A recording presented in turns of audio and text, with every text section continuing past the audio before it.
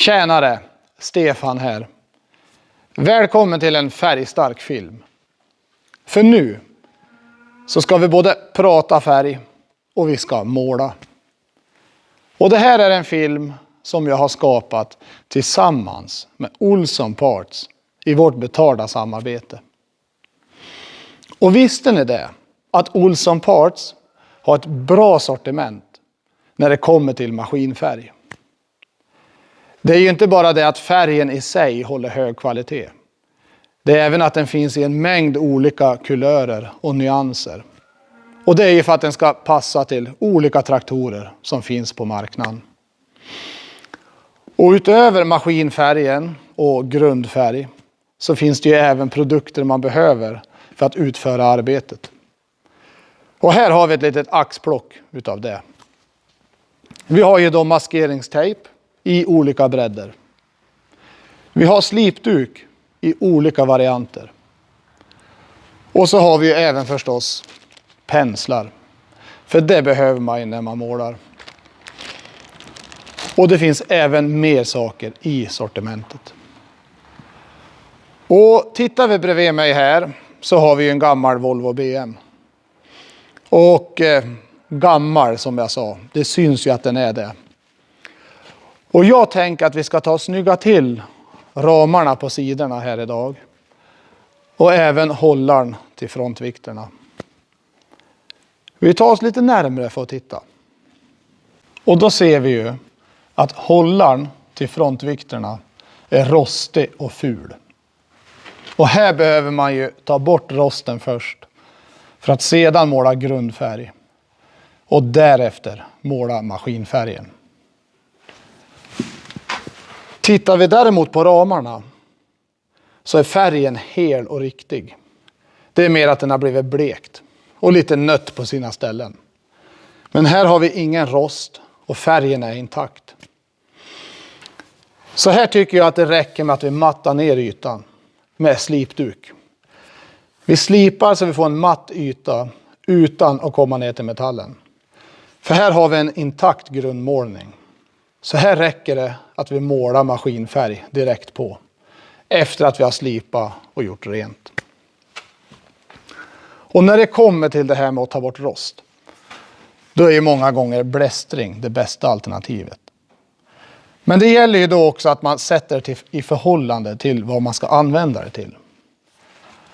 Och här hänger ju då i normala fall frontvikterna. De har jag hängt av nu för att vi ska måla här. Och bakom dem i den här lådan så brukar jag slänga i kätting. För det kan vara bra om det är någon granne som har kört i dike. Om man ska dra upp dem. Eller att det är jag som har kört i dike och behöver hjälp. Ja.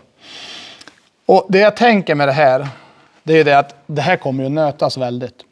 Av kättingen, frontvikterna och utav plogen som man kan sätta här. Så här tycker jag att det räcker med att man skaver bort den lösa färgen. Och slipa bort rosten. För att det här kommer att nötas i vilket fall. Så jag tänker nu att nu sätter vi igång. Slipa ramarna. Skaver rent här. Slipa bort rosten. Så att vi kan grundmåla det här. Och komma vidare.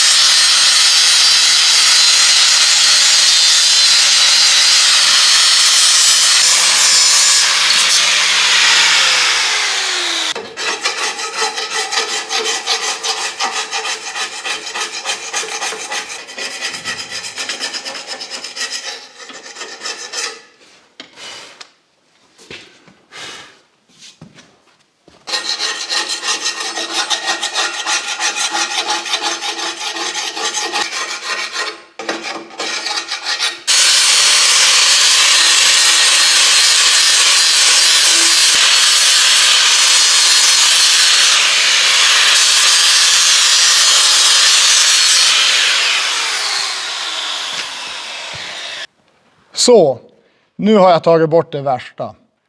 Och det här, det duger. För att hur noggrann jag än är här så kommer färgen att nötas bort utav plog, kätting och frontvikter. Så, Men vad gäller här så tänkte jag vara noggrannare. Och här har vi, som jag tidigare sa, en intakt originalfärg. Nu är ju inte det här särskilt blankt och fint. Men om det hade varit det så hade jag behövt matta ner ytan. För att färgen fäster dåligt om det är för blankt. Men nu är ju inte det här blankt, men jag vill ändå rugga upp ytan så att jag är säker på att färgen fastnar bra.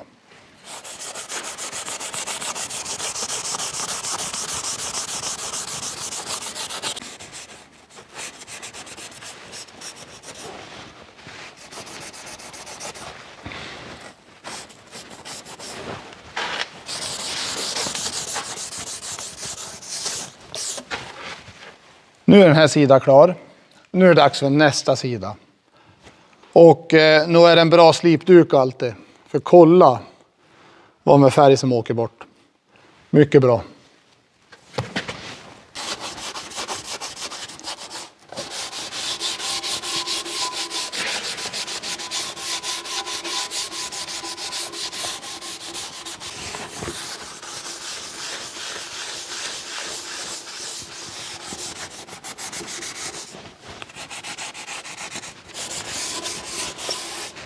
Så, då var bägge sidorna färdig.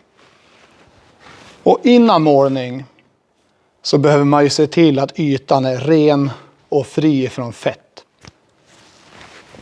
Och det fungerar alldeles utmärkt att använda sig av till exempel bromsrengöring.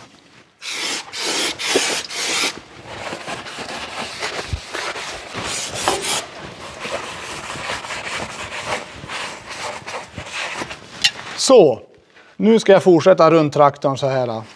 Och sen ska vi leta reda på en färgburk.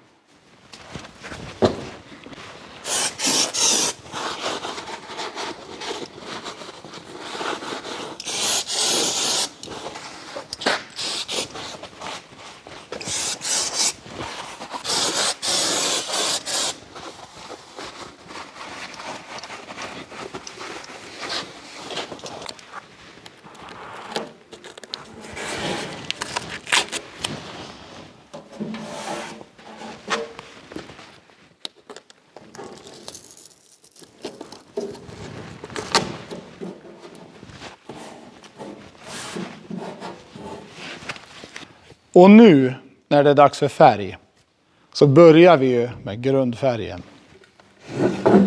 Och grundfärgen finns i 3 kulörer. Vit, grå och röd. Och säg att man ska måla gult till exempel. Så täcker ju det gula pigmentet lite dåligt. Och då är det lämpligt att använda sig av en ljus grundfärg. Men jag tror ju att ni förstår vilken kulör jag valde på grundfärgen. Just det. Och när man då väl har öppnat burken så är det ju viktigt att man rör om ordentligt. Så att färgen blir riktigt omrörd. Och det är ju för att nå bästa resultat.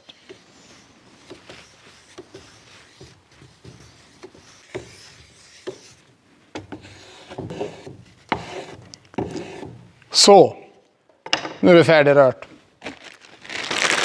Nu är det dags att doppa penseln och måla.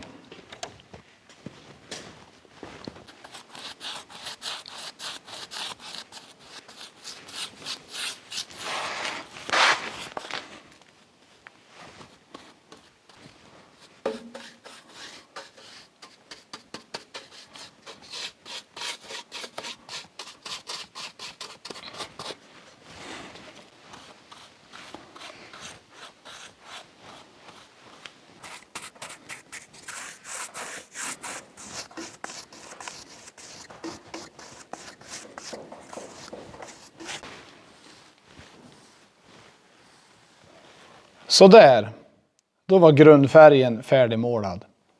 Och det här är en snabbtorkande grundfärg. Så vid 20 graders värme så är den torr på 30 minuter. Och efter 60 minuter så kan man måla över den med maskinemalj. Så i väntan på det så tycker jag att vi börjar måla ramarna. Så nu går vi till bänken så ska jag visa er en sak.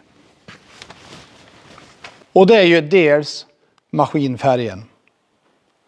Som jag nämnde tidigare så finns den i olika kulörer och i olika nyanser. Och man kan även få den i olika volymer. Man behöver inte köpa så här mycket färg om man inte vill. Nej. Och utöver det så vill jag prata om det här med mattningsmedel. För att det här är ju en gammal traktor. Och den har ju blivit matt med tiden.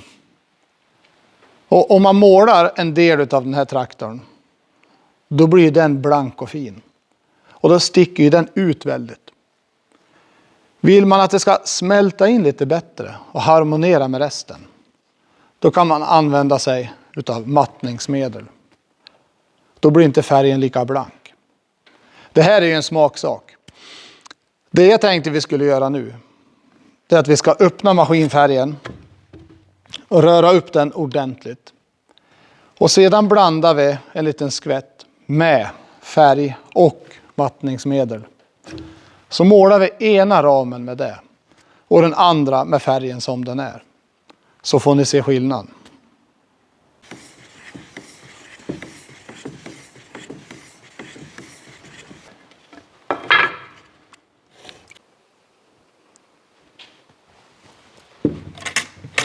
Och när man blandar i mattningsmedel i färgen så kan man ju blanda olika procent. Ju mer mattningsmedel, desto mattare färg. Alltså mindre blank så att säga. Och man bör även ha i åtanke att den här har en utspädande effekt. Färgen kommer inte att täcka lika bra när man använder mattningsmedel. Så man kan behöva måla en extra gång.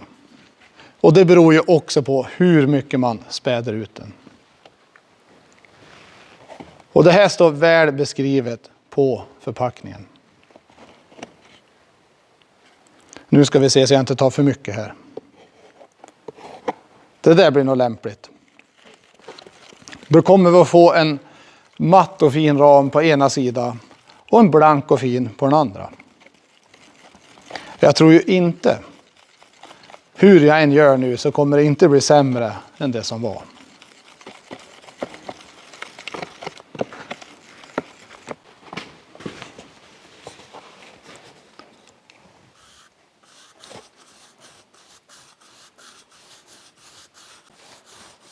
Som ni ser så har jag ju valt att pensla den här färgen. Men den här färgen kan ju även användas vid doppning. Att man doppar saker i den. Och man kan använda roller. Och man kan ju även sprutmåla den. Och då behöver den ju spädas. Och ska man använda sig av sprutmålning kan det vara bra att man har en lackbox. Så att färgdammet tas tillvara. Ja, här gör man ju som man vill. Men det kan ju vara en rekommendation. Fördelen när man penslar så här, det är det att man inte får färgdamm överallt. Och nu ser jag ju det, att det här blir ju väldigt rött och fint. Och då ser ju genast motorn ännu tråkigare ut.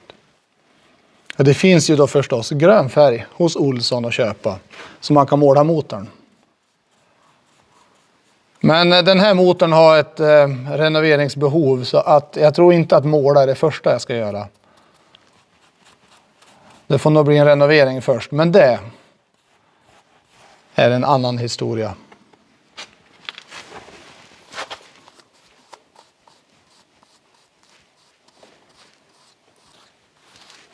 Så, det var det sista på den här sidan. Och just nu så ser det här väldigt blankt ut. Men när det torkar, det är då det blir matt. Så nu tar vi fram den ospädda färgen. Och så målar vi nästa sida.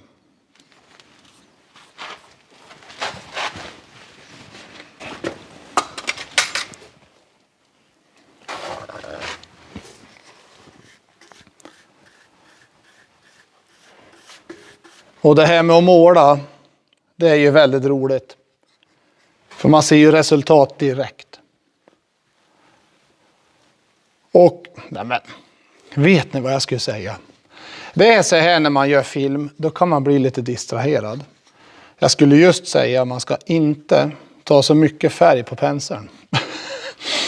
Det är bättre att måla tunt och måla flera gånger. Och en annan sak vad gäller målarteknik, det är det att det är lätt att man tänker att penseln ska följa med så här, så man vinklar den. Men det allra bästa är att ha penseln rätt så rak. För då är det desto fler strån på penseln som hjälper till att släta ut färgen. Så för bästa resultat vid penselmålning, ta lite färg på penseln, måla tunna lager, hellre flera gånger. Och håll penseln rätt så rak och stryk ut så här. Så får man det jämnt och fint. Och det här är ju roligt, för på den här sidan så ska det bli blankt. Och på den andra blir det matt. Det blir roligt att se sen när det har torkat.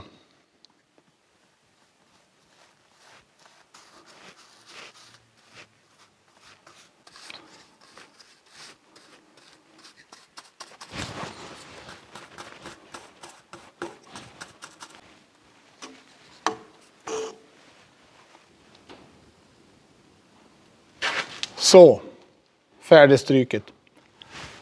Och nu är det så här. Att jag har pratat så mycket och stöka och pyssla med allt det här. Så det har gått så mycket tid som ni inte har sett. Så att färgen som vi målar först har redan torkat. Så nu kan vi måla klart alltihopa.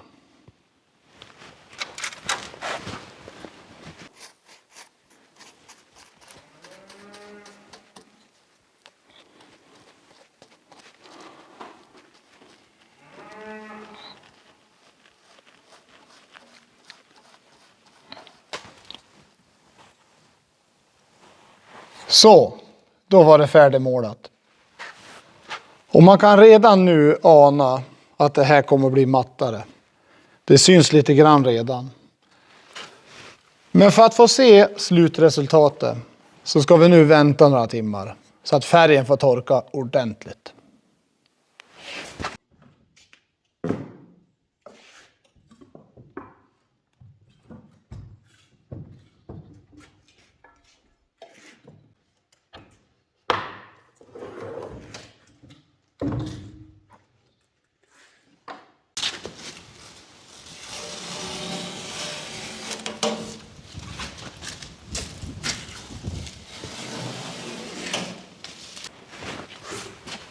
Nu har det gått så många timmar så det är en helt ny dag.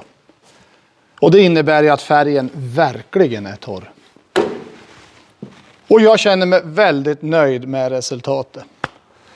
En fin lyster och blankt och snyggt. Och vi har ju samma blankhet hela vägen här. Men nu tycker jag vi tar oss till nästa sida.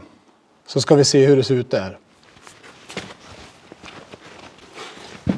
Och resultatet, det är precis det jag önskade. Här har vi ett blankt och snyggt fäste. Och här har vi en sådär härligt sidenmatt ram. Passar väldigt bra ihop med övriga traktorn. Så om man inte vill ha det riktigt blankt av någon anledning så är det här ett bra sätt att göra det på. Och sedan så ser ju traktorn genast mycket trevligare ut när det är nymålat. Det var ju bara det här med motorn. Men det blir en annan historia. Nu hoppas jag att jag har skänkt lite inspiration och lite kunskap. Och så hoppas jag att ni blir lika glada när ni målar er traktor som jag varit när jag målar gaxen, som jag kallar den här för.